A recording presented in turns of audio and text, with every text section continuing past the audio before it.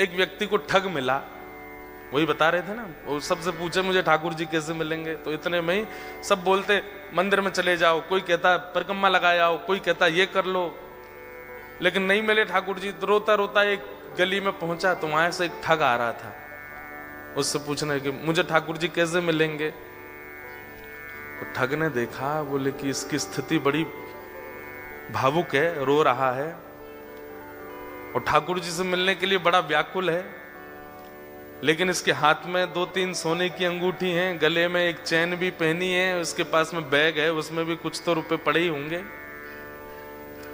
चलो इसको मिलवाते हैं ठाकुर जी से। बोले मेरे साथ चलो, मेरे पीछे पीछे चलो। और जैसे ही बोला पीछे, वो तो इतना उत्साहित हो गया, चलो चलो मिलवाओ ठाकुर जी से। जमुना जी ले गए। जमुना जी जाकर के बोले अब सारे वस्त्र उतार दो, अपने झोला रख दो नीचे। वस्त्र उतार दिए तुरंत। बोले कैसे मिलेंगे ठाकुर जी? बोले जितना पहना है सोना चांदी सब उतार दो। सब उतार दिया। बोले बस एक वस्त्र में रहो, जाओ कंठ भर जमुना जी में खड़े हो जाओ। तुरंत चला गया। अब उसको ठंडी कहां लगती है, उसको गर्मी। जिसको ठाकुर जी से मिलने की इच्छा हो, उसको फिर बाह्य व्यवहार, फिर जिसको प्रेम हो गया हो ना, उसको ना भूख लगती है, ना प्यास लगती है, ना नींद लगती है, ना ठंड लगती है, ना गर्मी लगती है, कुछ नहीं लगता। प्रेम अद्भुत वस्तु है। हम आप सब लोगों को जो होता है वो आकर्षण है। हम आप सब लोगों को जो होता है वो संसारी केवल और केवल मोह है। बहुत 0.1% किसी जीव को प्रेम होता है। हमारा आपका प्रेम स्वच्छ नहीं है, लेकिन जिसको प्रेम हो जाता बाधित नहीं करती। अपने प्रियतम को अगर देखना है तो कितनी भी ठंड पड़ रही हो, वो ठंड में जग जाएगा। अपने प्रियतम के लिए भूखा रहना है तो रह लेगा। चला गया, यमुना जी में खड़ा हो गया कंठ भर जल में, और बोले नेत्र बंद कर लो। और नेत्र बंद करके श्री राधा पुकारते रहो। जब तक मैं कहूं नहीं तब तक आंख मत खोलना। जैसे ही ठाकुर जी सामने आएंगे मैं बोलूंगा कि आंख खोलो, तभी खोलना। तुरंत आंख बंद करके खड़ा हो गया। ठंड पड़ रही थी, कंठ भर जमुना जल में खड़ा है। श्री राधा श्री राधा श्री राधा श्री राधा। ठग ने सारे कपड़े उठाए, झोला उठाया, अंगूठी सब उसकी ली, भाग गया। वो बेचारा खड़ा है जमुना जी में। इतने में ही नुकुंज में विराजमान श्री किशोरी जी ठाकुर जी के पास गई। बोले श्याम सुंदर, देखो तो एक वैष्णव कितनी ठंड में जमुना जल में खड़ा होकर के मुझे पुकार रहा है। ठाकुर जी बोले तो क्या इसको दर्शन देना है? ठाकुर जी बोले इसने कोई ऐसा पुण्य तो किया नहीं है, ऐसे कोई इसके भजन साधन तो है नहीं इसको दर्शन। बोले कि आप वो करिए जो हम कह रही हैं, बस इसको दर्शन दे के आओ। देखो कितना बेचारा परेशान हो रहा है। ठाकुर जी बोले ठीक है जाता हूं। इतने में ठाकुर जी प्रकट हो गए और त्रिभंग ललित स्वरूप धारण करके जैसे ठाकुर जी प्रकट हुए, वंशी नाद करने लगे। वेणु की ध्वनि जैसी उसके कानों में पड़ी तो वो जोर से बोला श्री राधा श्री। अरे भैया ये वंशी कौन बजा रहा है? श्री राधा श्री राधा श्री राधा। ये चंदन की सुगंधी कहां से आ रही है? श्री राधा श्री राधा। ये अद्भुत तेज जैसा मेरे मुंह पे क्यों पड़ रहा है? अरे भैया ये कौन है सामने? ठाकुर जी बोले जिसको तुम ध्यान कर रहे हो, जिससे तुम मिलना चाहते हो। अरे सब जगह जा के कहते हो श्याम सुंदर से मिला दो, हम तुम्हारे सामने खड़े, चलो नेत्र खोलो। वो बोला आपके बगल में मेरे गुरु जी खड़े, उनसे बुलवाओ, वो अगर बोलेंगे नेत्र खोलो तो ही खोलूंगा।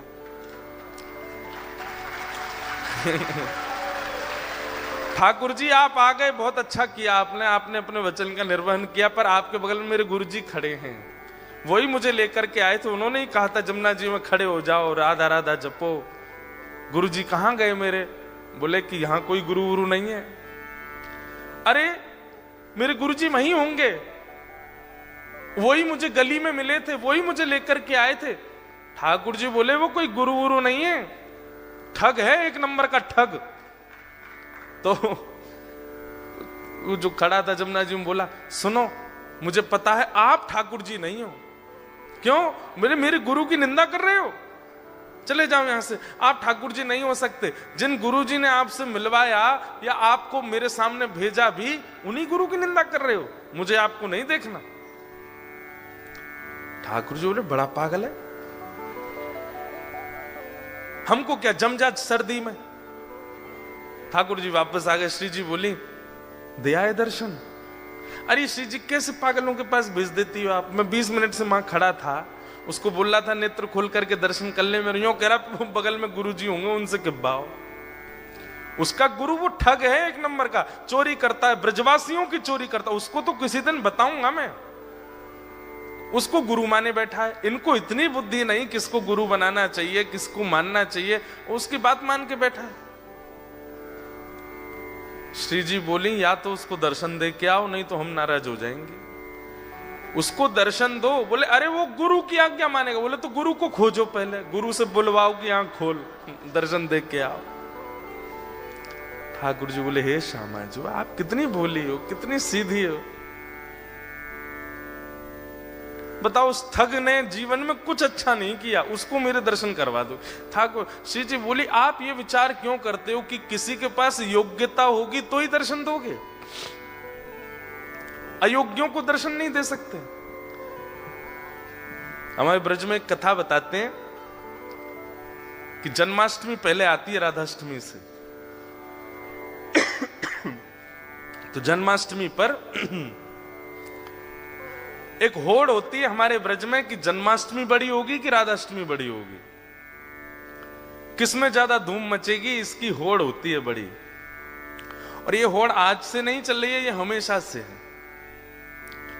तो जब ठाकुर जी और श्री जी धराधाम पे लीला कर रहे थे तब की एक ऐसी लीला है कि सारे ग्वाल बाल जो हैं ये प्रतिस्पर्धा में तैयारियां करते हैं कि अरे ललिता आवेगी, विशाखा आवेगी, चंपकलता आवेगी, इंदुलेखा आवेगी, सबरी आकर के देखेंगी और जैसे ही लाला की वैभव को दर्शन करेंगी आंख खुली रह जाएंगी उनकी। और ये सब भी जब जाती हैं ना ठाकुर जी के जन्माष्टमी उत्सव में तो जाकर के देखती हैं इनने जैसो क्यों या से 21 करनी है राधाष्टमी की तैयारी। तो अब की बार मधुमंगल श्रीदामा तन सुखा मन सुखा धन सुखा बोले लाला अब की बार कछु ऐसो करें कि हमारो लाला दानवीर दिखाई दे, हमारे लाला खूब दानी है ऐसा अनुभव हो। तो ठाकुर जी बोले कहा करेंगे। बोले लाला लड्डू बनवा में। बोले कितने लड्डू? बोले कोई गिनती नहीं, बनवा दें बस। और सबसे कहेंगे कि अपने अपने घर से पात्र लेकर के आओ, जितना बड़ा पात्र होगा उतने लड्डू भर के देंगे। बरसाने वारिन की आंख खुलनी चाहिए, देखो हमारो लाला कितनो दानवीर, कोई इतनी बड़ी परात लेके आवेगा तो वो भर के देंगे, और कोई छोटी कटोरी लेके आवेगा तो वो भर के, जितना बड़ा पात्र उतने लड्डू भर के देंगे। सब लोग इधर देखो। श्री जी आई सब सखीन के साथ। तो जैसे ही श्री जी पहुंची तो सब सखा सवरे सिर उठा के खड़े, देखिए हमारे लाला के कैसो दानवीर है हमारो लाला। सब लोगन को लड्डू भर भर के दे रहे हो, जितने बड़े बड़े पात्र। आप सबको ब्रजभाषा समझ आ रही है? आ रही है? बोले हमारो लाला देखो आपने, जितने बड़े बड़े पात्र सब लेकर के आ रहे हैं, सबन को भर भर के दे रहे है।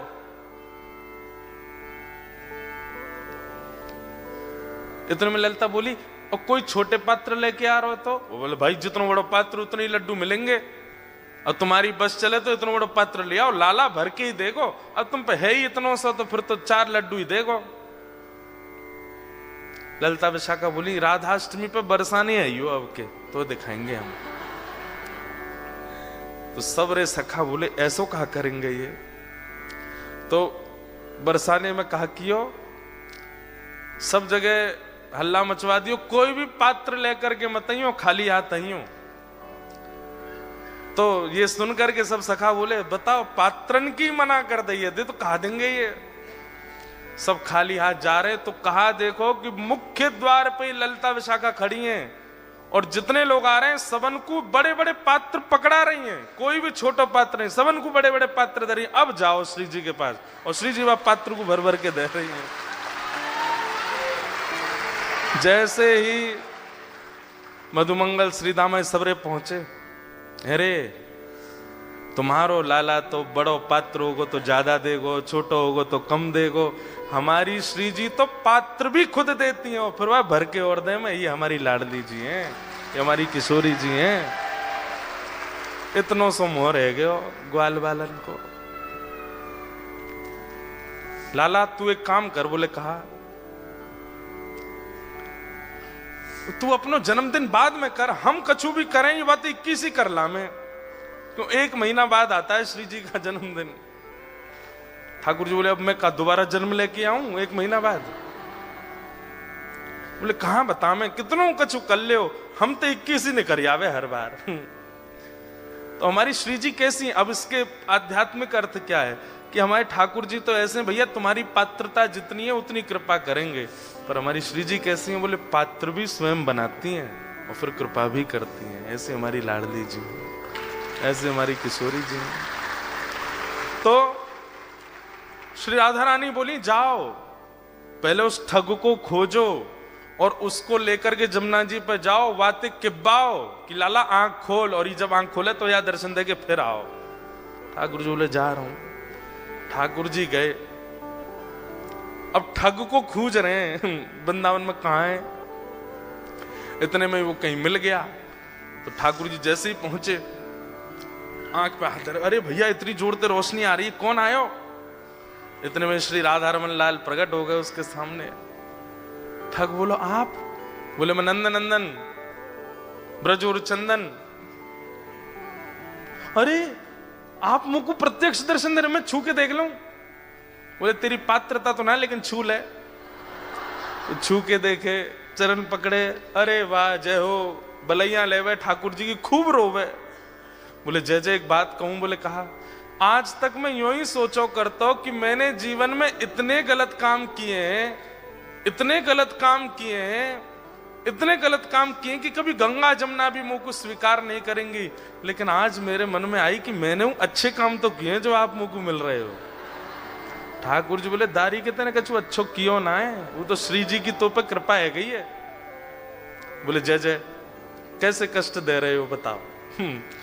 बोले चल मेरे संग, वो एक खड़ो करके आयो तू जमुना जी में, वो कंठ पर गंगा जल जमुना जी में खड़ो है मेरे दर्शन को, बातें जाके बोल कि आंख खोल के दर्शन कर, ये किब्बा भी आया हूं तो ते। अच्छा जय जय वहां जानो है क्या जमुना जी? बोले हाँ। बोले एक काम कर दो। बोले कहा, मेरी पत्नी सोरी बहू को दर्शन दे दो। ठाकुर जी बोले तू चल रहा हो कि नहीं चल रहा? बोले जय जय देख लो, बहू दर्शन नहीं दोगे तो मैं नहीं जाऊंगा। अब ठाकुर जी को लगे बाय दर्शन नहीं दिए तो श्री जी वहां उल्टो डांटेंगी, सब पूरे परिवार को जरा दर्शन करा दिए माने ठाकुर जी के, और अंत में सबरे अपनी बात मनवा के काम मनवा करके तब बोलो अब चलो। ठाकुर जी बोले जल्दी चल।